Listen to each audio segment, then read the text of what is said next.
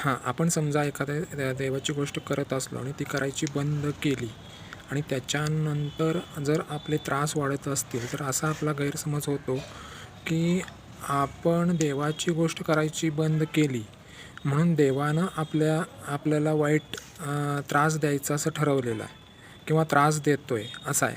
तर तसं काहीही असत नाही. देव कोणाचंही वाईट करायला जात नाही किंवा कोणालाही देव त्रास द्यायला जात नाहीत. कसं असतं की आपण जर एखादी देवाची गोष्ट करत असतो तर त्या देवाच्या गोष्टी करण्यामुळं आपले जे मूळचे आधीचे जे पूर्वार्जित त्रास असतात तर ते त्रासांचं प्रमाण कमी झालेलं असतं किंवा ते त्रास नसतात त्यावेळेला. आणि जसजसं आपलं देवाचं करणं कमी कमी कमी होत जातं तसे ते त्रास वाढत जातात असं आहे. मुळात देव कोणाचंही वाईट करत नाही किंवा एखादा माणूस नास्तिक आहे तर नास्तिक आहे म्हणून त्याला कोणी देव कोणाचा त्रास देत नाही. असे तुम्ही बरेचसे लोक तुम्ही बघितलेले असतील की ते जे नास्तिक असूनसुद्धा त्यांचं आयुष्य बरंचसं सुखकर जातं.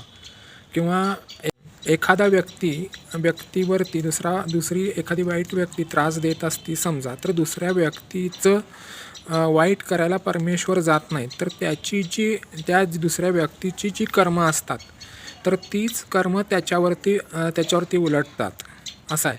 म्हणून परमेश्वर आपण कसं आहे की एखादी गोष्ट करायची बंद करतो म्हणून आपला असा गैरसमज होतो की ती जी वाईट गोष्ट आहे त्याच्यामुळेच आपल्याला हे सगळे त्रास होतात. तर असं काही नाही आहे असं आहे.